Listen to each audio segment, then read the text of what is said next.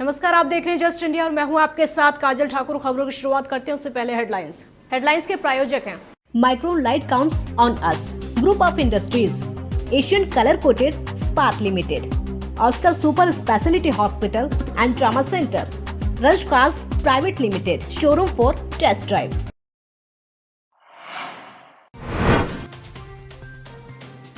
Corona के आंकड़ों में एक दिन की सबसे बड़ी उछाल, 24 घंटे में 195 मौतें और 3900 नए केस आए सामने। हरियाणा में 520 पहुंचा कोरोना संक्रमितों का आंकड़ा। यमुनानगर में 2 और कोरोना पॉजिटिव मामले आए सामने। एक 35 साल की महिला तो दूसरा 60 साल का बुजुर्ग कोरोना पॉजिटिव। दोनों के संपर्क में आने वाले लोगों को किया गया क्वारंटाइन। हरियाणा सरकार का प्रवासियों को लेकर बड़ा फैसला, प्रवासियों को जल्द भेजा जाएगा उनके गृह राज्य। मजदूरों से की गई सोशल डिस्टेंसिंग का पालन करने की अपील।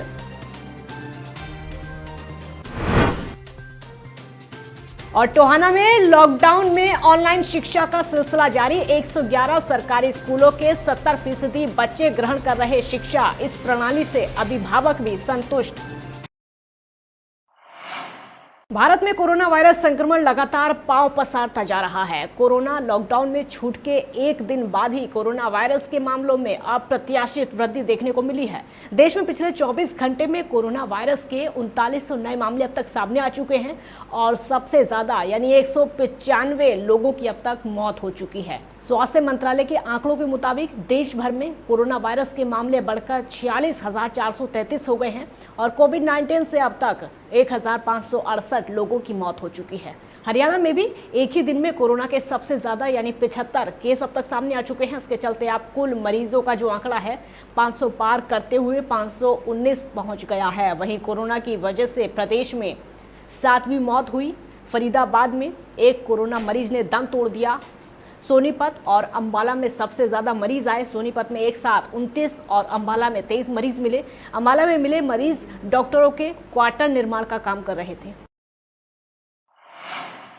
यमुनानगर में 2 और कोरोना पॉजिटिव मामले सामने आए हैं, जिसमें सरोजनी कॉलोनी की एक 35 वर्षीय महिला है जिसकी कोरोना रिपोर्ट पॉजिटिव आई है। इस प्रकार से प्रतापनगर के गांव कुट्टीपुर के 60 वर्षीय बुजुर्ग की कोरोना रिपोर्ट पॉजिटिव आई है। दोनों इलाकों को कंटेनमेंट जोन घोषित कर दिया गया है, तो पूरी तरह से दोनों इलाकों को सील भी कर दिया गया है। अब तक यमुनानगर जिले में कुल 5 कोरोना पॉजिटिव मामले अब तक सामने आए थे। तो स्वास्थ्य विभाग के अधिकारियों का कहना है कि इन दोनों कोरोना मरीजों के संपर्क में आने वाले सभी लोगों के सैंपल लिए गए हैं। एक व्यक्ति है वो भूड़कला जो है एरिया से है, हैदराबाद के, जो लगातार डायलिसिस पे था। 60 ईयर ए मेल है, उसका टेस्ट पॉजिटिव आया है। उसको क्योंकि डायलिसिस पे था तो उसको पीजीआई रेफर किया गया है। और दूसरा जो एक महिला है 35 ईयर्स की, जो सरोजनी कॉलोनी से पॉजिटिव आई है। तो सर जो व्यक्ति जो है महिला है उसमें खांसी जुकाम के लक्षण थे, तो पहले प्राइवेट हॉस्पिटल में गई थी, वहाँ से हमारे पास रेफर हुई थी। तो उसको हमने पहले ही आइसोलेशन वार्ड ईएसआई में रखा हुआ था। तो अब उसकी रिपोर्ट आई है, वो रिपोर्ट उसकी कंफर्म लाई है, तो उसको नीचे हमने कोल्ड हॉस्पिटल में शिफ्ट कर दिया। यहाँ पर हमारी जो टीम है पूरी पहुँच चुकी है पीपी किट के साथ। ये इलाका में सारा सैनिटाइज करवाया जाएगा जहाँ जहाँ ऐसी चीज़ है। और मैं सबसे अनुरोध भी करूँगा कि आप जितने भी सरोजनी कॉलोनी वासी है घर से बाहर न निकलें। हरियाणा में इस समय जितने प्रवासी फंसे हुए हैं उनके लिए राहत भरी खबर है, क्योंकि हरियाणा सरकार की तरफ से फैसला लिया गया है कि प्रवासियों को उनके गृह राज्य छोड़कर आया जाएगा। तो आपको ये बता दें कि हरियाणा सरकार द्वारा हरियाणा में फंसे बिहार, झारखंड और मध्य प्रदेश के प्रवासी मजदूरों और खेतीहर मजदूरों को जल्द ही उनके गृह राज्यों में सुरक्षित और व्यवस्थित ढंग से विशेष श्रमिक रेलगाड़ियों के माध्यम से निःशुल्क भेजा जाएगा। तो शेष राज्यों के प्रवासी मजदूरों की संख्या हरियाणा में कम है, इसलिए नई दिल्ली से विशेष ट्रेनों के माध्यम से उनकी वापसी सुनिश्चित की जाएगी। इसके अलावा उत्तर प्रदेश, राजस्थान, पंजाब, उत्तराखंड और हिमाचल प्रदेश के सीमावर्ती राज्यों के खेतीहर मजदूरों को बसों के माध्यम से उनके घर भेजने की व्यवस्था भी की जा रही है। तो गृह विभाग के अतिरिक्त मुख्य सचिव विजय वर्धन ने प्रवासी मजदूरों से अपील की है कि वो जहां हैं वहीं रहें और सोशल डिस्टेंसिंग का पालन करते रहें। लगातार हो रही बारिश के बाद किसानों के लिए अच्छी खबर है, क्योंकि किसानों का गेहूं अब खरीदा जा रहा है।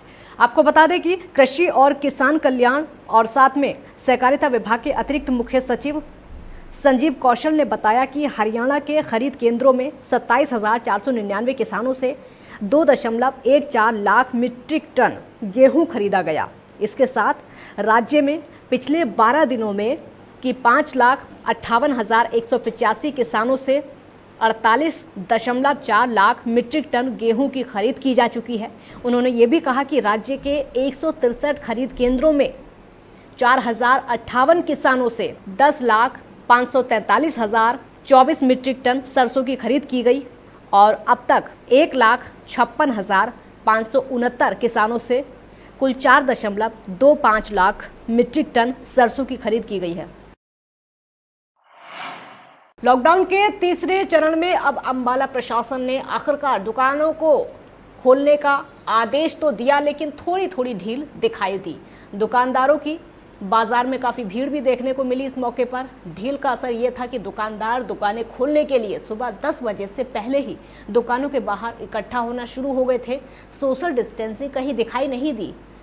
कुछ लोग बिना मास्क के भी नजर आए। तकरीबन 40 दिन बाद दुकानदारों ने राहत की सांस लेते हुए भगवान के सामने माथा टेककर दुकानें खोली और ये ज़रूर कहा कि वो प्रशासन के दिए आदेशों की पालना हर हाल में करेंगे। आज करीबन 40 से 45 दिन के आसपास के बाद में दुकानें खुली हैं और हमें बहुत अच्छा लगा कि प्रशासन ने हमारे को कारोबार बढ़ाने के लिए कुछ थोड़ी सी ढील दी है। चाहे बेशक हफ्ते में 3 दिन के लिए उन्होंने छूट दी है, जैसे राइट साइड और लेफ़्ट साइड। हम प्रशासन के सारे कानून मानेंगे और पूरा सैनिटाइज के साथ में आए हैं। हम अपनी दुकान खोली है। ग्लव्स वगैरह, मास्क, ग्लव्स हर वर्कर के पास में होगा। देखिए, इस विषय में ऑर्डर जारी कर दिए गए हैं। हमारा अभी ऑरेंज जोन में है, तो उसके अंदर जो MHA ने बहुत सारी एक्टिविटीज़ को प्रोहिबिट किया है, चाहे वो किसी जोन में भी हैं, वह बंद रहेंगे। जिसके अंदर एयर ट्रेवल, ट्रेन से, मेट्रो से, बस से, वो सब बैन है और इंटरस्टेट मूवमेंट बैन है। सभी कॉलेज, स्कूल, कोचिंग सेंटर्स सभी बंद रहेंगे और cinema halls, shopping malls, gymnasium, sports complexes ये भी सभी बंद रहेंगे। शिक्षा विभाग क्षेत्र के हजारों बच्चों को ऑनलाइन शिक्षा मुहैया करवा रहा है, जिसके चलते क्षेत्र के 111 सरकारी स्कूलों के 70% बच्चे शिक्षा ग्रहण कर रहे हैं। विभाग की टीमें लगातार उच्च अधिकारियों को ऑनलाइन शिक्षा की रिपोर्ट भी दे रही हैं। तो विभाग की शिक्षा प्रणाली से अभिभावक भी संतुष्ट नजर आ रहे हैं। शिक्षा विभाग द्वारा बच्चों को रोजाना हर विषय की ऑनलाइन पढ़ाई करवाई जा रही है। इस प्रणाली की वजह से शिक्षा अधिकारी लगातार बच्चों को पढ़ाई करवा रहे हैं और प्रणाली पर नज़र बनाए हुए हैं। कोरोना महामारी को मद्देनज़र रखते हुए हमने बच्चों को ऑनलाइन स्टडी जो है वो कराई है। उसके लिए जो है हमने 65 से 70% बच्चों को जो है वो टीवी से जोड़ दिया है और उसके अलावा जो है लगभग 17,000 बच्चों में से करीब 10,000 बच्चों को जो है हम व्हाट्सएप ग्रुप से जोड़ दिया है हमने और डेली टीचर्स जो है उनसे बच्चों से हमारे BRC और BRP जो है वो फीडबैक लेते हैं। तो लॉकडाउन के चलते टोहाना के कन्हड़ी गांव के रहने वाले मर्चेंट नेवी में कार्यरत एक युवक की सिंगापुर में मौत हो गई, जिसके बाद मृतक के परिजनों ने विदेश मंत्री से मृतक का शव को टोहाना लाने में मदद की गुहार लगाई है। मृतक के परिजनों ने इस बारे में JJP प्रदेश अध्यक्ष से बातचीत की है, जिस पर प्रदेश अध्यक्ष ने दुष्यंत चौटाला से बात करके हर संभव मदद का आश्वासन दिया है। परिजनों के अनुसार मृतक पिछले 18 दिनों से जिंदगी और मौत की जंग लड़ रहा था। मेरे परिवार में मेरा कज़न है, नाम राजवीर है, मर्चेंट नेवी में काम करता था। उसकी हार्ट फेल होने के कारण सिंगापुर में एक हॉस्पिटल में डेथ हो गई। 16 तारीख से सिंगापुर में एडमिट था वो। पता कल रात लगा जी 11 बजे हॉस्पिटल से फ़ोन आया था। उन्होंने बोला कि आपका बंदा पूरा हो गया। हार्ट फेलिवर की वजह से हुआ जी। वैसे तो कई रोग हो रहे थे उसका, किडनी, लंग्स, 3-4 प्रॉब्लम हो रही थी, लेकिन हार्ट फेलिवर की वजह से बताया डॉक्टर ने हार्ट काम करना छोड़ गया। कंपनी तो बोल रही है कि प्रोसेस कर रहे हैं हम, 4-5 दिन का कह रहे हैं प्रोसेस है। आएगी ना आएगी वो इंडिया गवर्नमेंट और सिंगापुर की सरकार पे निर्भर करता है, आएगी या नहीं आएगी। Oscar super speciality hospital and trauma centre.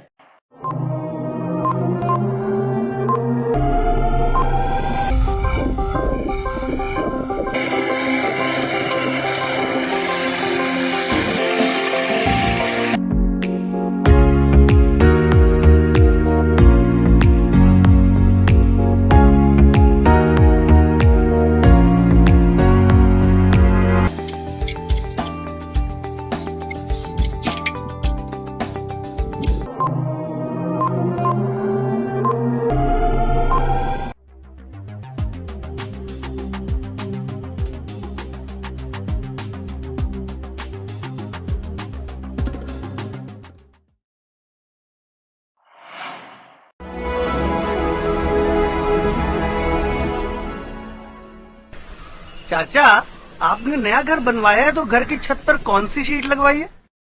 बेटा, मैंने अपने घर की छत पर एशियन शीट लगवाई है क्योंकि वो कभी न मिटने वाले ओरिजिनल निशान की चादरें हैं। साथ में ISI का चिन्ह, 5 साल की वारंटी के साथ साथ पैसों का सही मूल्य देने वाली वही इकलौती शीट्स हैं। क्योंकि नाम नहीं, पहचान जरूरी है।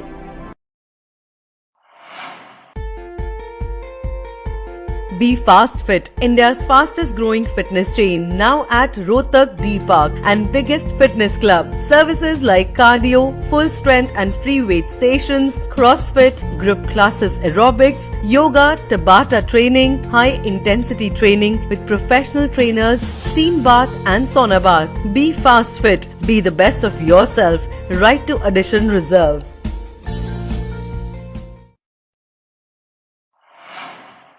Welcome to John Wesley Convent, a prestigious, renowned and remarkable school of Rohtak. Excellent learning environment, standardized infrastructure and experienced faculty, well-formed robotics lab, well-equipped science labs, world-class computer lab, well-stocked library, digital smart classrooms, excellent sports facilities, best transport service. John Wesley Convent, a school where your search comes.